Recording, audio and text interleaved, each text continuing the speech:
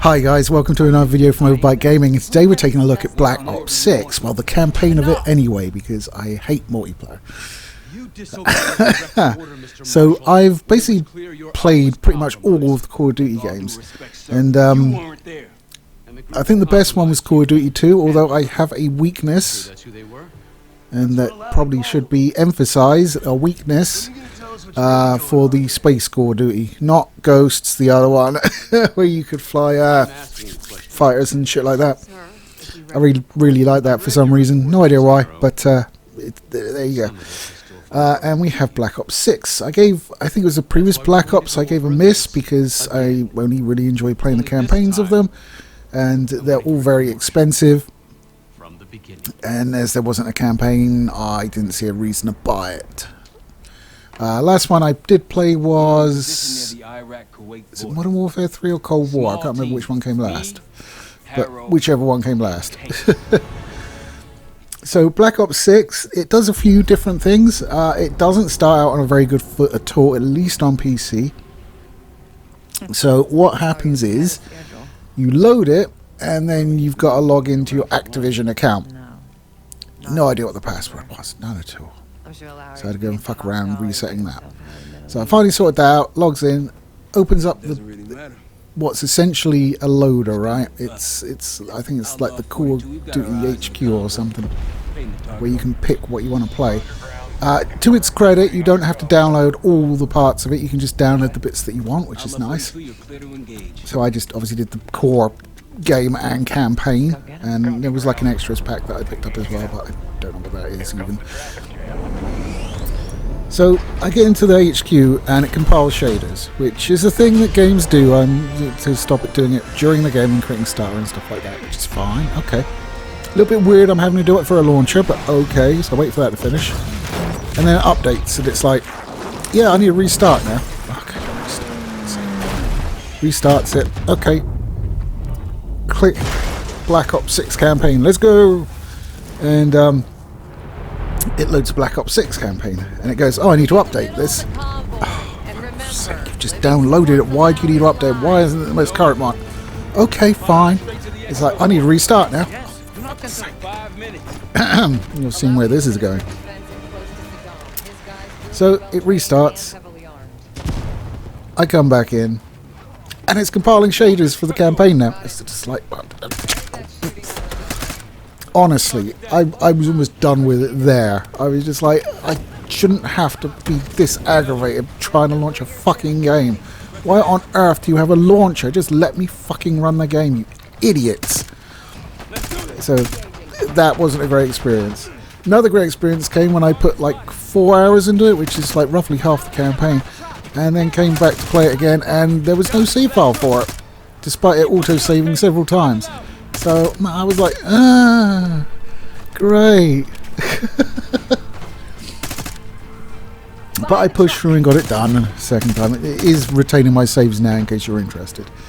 So the storyline for it is basically set at the start of Operation Desert Storm. You play a guy called William Case Calderon, and you've been stitched up, as you always are in these CIA-based core duties. You've been stitched up and you're fugitives. It starts out with you trying to extract a guy from Iraq, and things go a bit pear-shaped after a new paramilitary, good grief, force called Pantheon turn up and start shooting you, basically, and everybody else. So Adler turns back up from Cold War. I think he was in. I imagine that was the last time we'd seen him. Black Ops was campaignless, so don't know. Robert Redford looking dude. He turns back up, executes the guy we're trying to extract. Things are a bit pear-shaped. And we're getting shouted at by Lou Diamond Phillips, who plays Livingstone. I think he's CIA Deputy Director. Yeah. Gotta say, they got Lou Diamond Phillips down good. He's never looked better. They have kind of done Dawn Oliveri pretty dirty though. Dawn Oliveri was the tattooed lady in, I think, season 3 of Heroes. Legitimately drop dead gorgeous. Yeah, she's not. No, they haven't done as good a job on her as they have for Lou Diamond Phillips. I don't know whether that's to prevent women that play it feeling, I don't know, like they should go on a diet or something. Maybe. Fuck knows. But you know what I mean. So after that, Adler gets taken off, and you go to one of his safe houses in Bulgaria, which is called the Rook, which would be your sort of intermission hub. While you're there, you can solve a few mysteries. There's black-like puzzles to solve, and you can also unlock stations. So there's like equipment stations, weapon stations, stuff like that, using cash that you find during the missions. And once you've unlocked them, you can also use that cash to use them and have perks. So, for instance, you could have more magazines. You can improve how much armor plating you can hold. You improve the penetration of armor of your weapons, that sort of thing. So it does give you a reason to actually be there. And as I say, you can talk to the NPCs as well. And some of them are okay. I mean, I didn't find any of them particularly tooth-shatteringly annoying. But I guess it is set in the 90s, so there you go. The gameplay itself is, well, it's Call of Duty, what do you expect? There are a few different things, but they still do the thing like, oh, we need a tough fight for you now, let's just throw a big lad with a minigun in. It's got a ton of armour. Yeah, they do that. You should come to expect. You can now sprint or jump in any direction though, so that's cool. I barely noticed it, if I'm honest. I imagine that'd be far more useful for like multiplayer, where your Twitch reaction sort of needs to be top tier rather than just playing the campaign. I also noticed they did like a couple of open missions on there, where you have a map and sort of it's a little bit sort of a chunk of open world, and it has objectives for you to do, and there's side bits on it. It works reasonably well. You do get to drive a car around it, so it's not quite as intolerable as if you had to peg it. But it is very reminiscent of like some of the missions on Battlefield games previous, that sort of thing. So if you've played that, you'll be like, yeah, they decided to do the Battlefield thing. So, nice. It's okay. I mean, I would rather, like, I don't play Call of Duty to wander around a huge battlefield investigating every little side object. I do it to, like, mainline the campaign and to just go through a series of bombastic events, really. And it does deliver it in that respect as well. The storyline overall it's okay. It's what you would expect, I think. It's the standard CIA backstabbing sort of stealthy thing. There is stealth in the game. Mostly it's optional. You can choose to go loud if you want, which is good, because that's obviously what I do, because I don't really like stealth and I'm not very good at stealth. There are a few insta-fail stealth instances in it, but none of them really took me more than 2-3 tries to get by. They're all relatively simple, even for a dunce like me when it comes to stealth, so it's not too much of an issue. They haven't really sort of made a roadblock out of them like they could have done, so hats off to them on that. But it is, I mean, it feels almost redundant to review a Call of Duty game, because you know what you're going to get. You're going to get sort of semi-realism, but more arcadey focused than like a Battlefield or something like that. And certainly Twitch reactions as well come into it. You're going to be facing a lot of bad guys. You got regenerating health, obviously, and a fairly varied pool weapons you can use. So no complaints there. You can get some interesting sort of spy gadgets, including like knives that you can like remote pilot, like the Batarang in the Arkham games. So there's a few bits and pieces in it which do make it stand out a little. I think it's one of the better campaigns that I've played. It's certainly one of the longer ones. It clocks in around 8 hours, which is quite long for a Call of Duty campaign, if you remember Angry Joe's Freak Out. Was it 5 hours, wasn't it? I can't remember if that was for a Call of Duty, but whatever. But the reason I have played it, and the reason I am reviewing it, is because it is also on Game Pass now. So there you go. Or £70 on Steam. Because for some reason, you know, Call of Duty always has to be more expensive. I think it's like that whole, if you overprice, then people think it's worth more kind of thing. Like concert tickets, you can charge whatever you want and people will pay it. It's ridiculous. But yeah, Call of Duty has always been expensive, and it has always maintained its price. Like, even after several more entries have come out, you will still be paying like 50 quid for it. It's frankly ridiculous. I'm surprised that the Call of Duty 1 and Call of Duty 2, the originals, aren't at least £40, but they are more reasonably priced. Should you wish to try them, and I highly recommend you do, because that was my Call of Duty. That's when that first game came out, and like we were all playing Medal of Honor, and that came out, and we were like, oh shit, this is miles better. Let's do this. I mean, this is like Allied Assault Medal of Honor as well, so right around its heyday.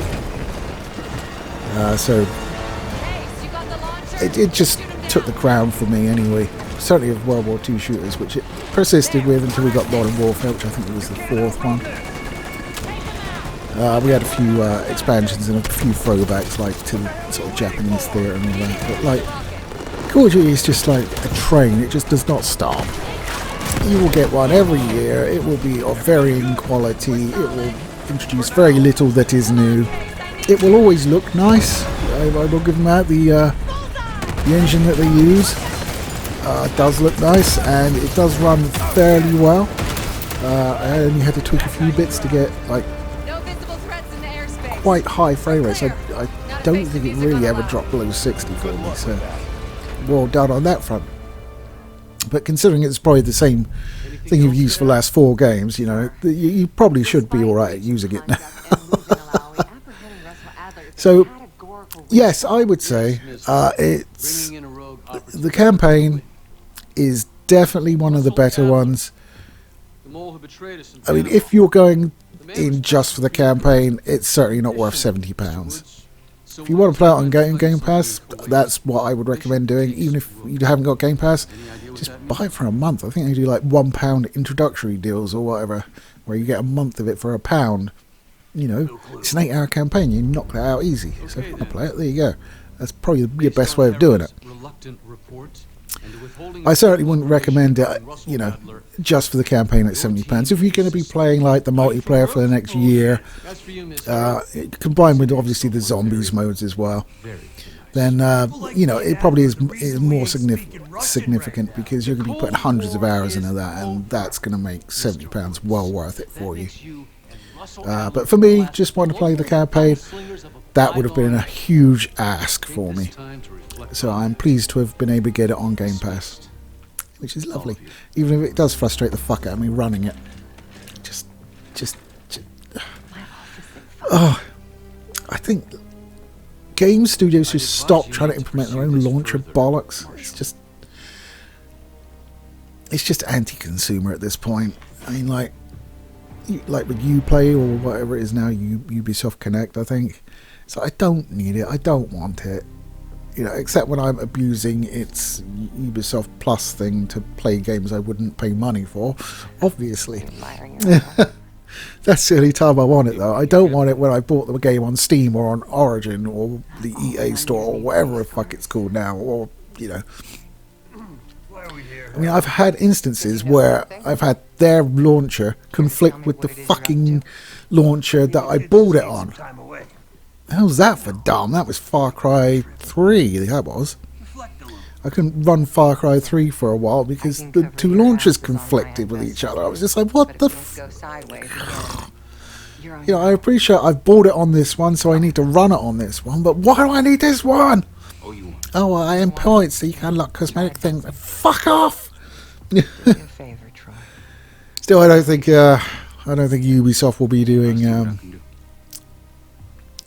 maybe too many more games with any luck. So Yes, let's get somebody else on their most popular licenses and have some reinvigoration going on rather than the normal dregs they put out. And this is coming from a guy that didn't even mind Outlaws that much. It certainly wasn't a great game, but it was alright, you know, as far as I'm concerned anyway. But I didn't finish it, let's put it that way. Anyway, guys, I feel like I've drifted a little bit. That's my review of Black Ops 6. Certainly, if you want to give it a go, it's on Game Pass, so I would highly recommend using that method to do it. Particularly if you can get like that introductory offer I was talking about, that'd be well worth it. Certainly, if you're buying it for everything else, then £70, not an issue. You will get your money's worth out of it. But just for the campaign, no. I think £70 is a bit of a tall ask. And they should really just release them at like 60, in my opinion, and actually let the price drop on the older entries. That'd be nice too, because then people come along and snuffle them up and not have to spend like the gross income of Cuba to do it. You know, I don't know. That was just the example that popped in my brain. I don't know if that's accurate. It's probably close though. Anyway, guys, take it easy, and I'll catch you next time.